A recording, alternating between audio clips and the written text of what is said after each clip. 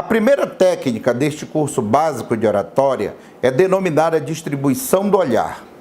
A distribuição do olhar tem caráter psicológico e, por isso, é a técnica mais difícil de ser empregada. A plateia intimida o orador. Antes de iniciar seu discurso, o orador deve encarar a plateia.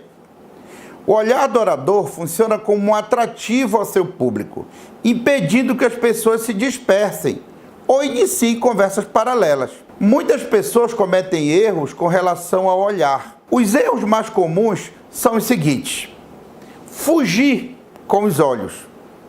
É desagradável você conversar com uma pessoa que não está olhando para você. As pessoas chegam a ter preconceito. Quando você fala sem olhar nos olhos, não passa segurança ao falar, não passa confiança. As pessoas falam: fulano estava mentindo, ele não conseguiu falar olhando nos meus olhos. Um segundo erro é fixar o olhar numa só pessoa.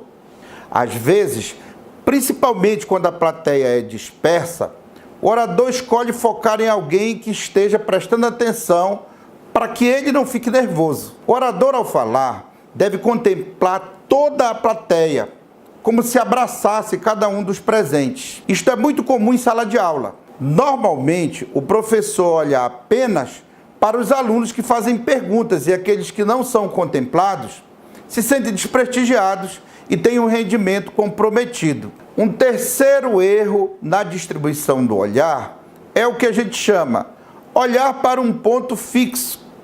Muitos oradores fixam um ponto na direita, pode ser a parede, a janela, ou um ponto na esquerda, pode ser uma janela, uma parede, uma porta, ou no teto, uma lâmpada, ou no espaço vazio. Mesmo que você olhe da esquerda para a direita, se você não fixar o olhar nos olhos de cada pessoa, eles não se sentirão contemplados. Um quarto defeito da distribuição do olhar consiste em correr o olhar rapidamente para a esquerda e para a direita.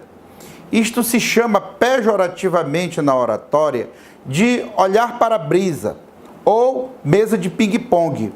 Como deve ser esse olhar do orador para a sua plateia, professor Ivanildo Alves? Deve ser tranquilo. O orador deve distribuir o seu olhar de modo lento, olhando nos olhos de cada um dos seus ouvintes, como se estivesse em um diálogo com cada um dos seus ouvintes. Todos devem ser contemplados com o olhar do orador. Da direita para a esquerda, da esquerda para a direita, lentamente, visualizando a todos os presentes, todos que estiverem próximos ou no fundo do auditório. Esse olhar nos olhos da plateia deve ser mantido durante todo o discurso. Não importa o tamanho da plateia. Se for muito numerosa, na casa dos milhares, distribua o olhar por faixa de pessoas.